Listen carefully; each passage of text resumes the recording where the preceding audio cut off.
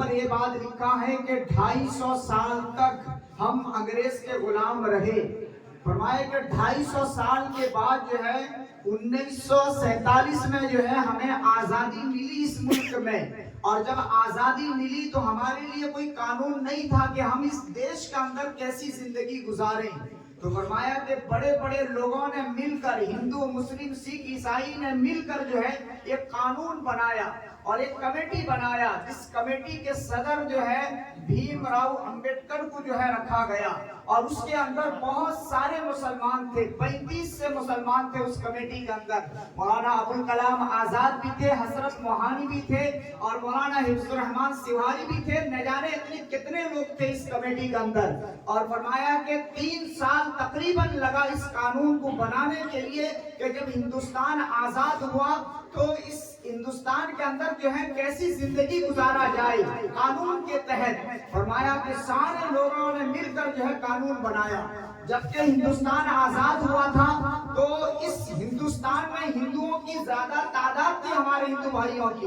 اگر وہ چاہتے تو ہندو راشٹر بھی بنا سکتے تھے, لیکن اس وقت کے ہندوؤں بھائی نے فیصلہ کیا کہ ہمارا اس دیش ہندو راشٹر نہیں بلکہ جمہوری ملک ہونا چاہیے, جہاں پر ایک مسلمان بھی آزادی سے زندگی گزارے اور ایک ہندو بھائی بھی اپنی آزادی اور اپنے دھرم سے زندگی گزارے. سکھ اور عیسائی ہر مذہب کا ماننے والا وہ اپنے آزادی کے ساتھ جو ہے زندگی گزارے.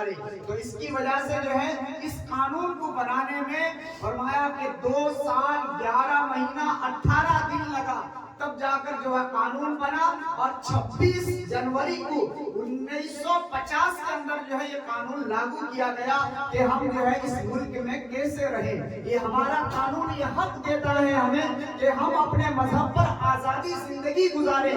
لیکن آج نفرت اتنی پھیل گئی ہے کہ ہمیں آزادی والی زندگی جو ہے آج ہم گزارنا دشوار ہو گیا ہے. کسی شاعر نے بہت اچھی بات کہی ہے کہ بہتی ہے پریم کی گنگا تو بہنے دو, بہتی ہے پریم کی گنگا تو بہنے دو, اس دیش کو کسی حالت میں دنگا نہ ہونے دو. ہمیں کسی رنگ میں, ہمیں کسی بھی رنگ میں مت ڈھالو, بس ایک ترنگا کے نیچے سب کو رہنے دو. ہمارا کہ ایک ترنگا کے نیچے سب کو رہنے دو.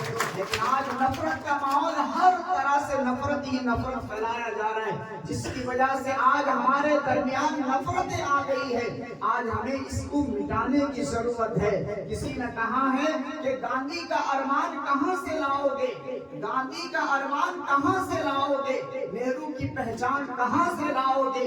اگر اس نفرت میں اس دیش جل گئی, بتاؤ اس پیارا ہندوستان پر کہاں سے لاؤ گے.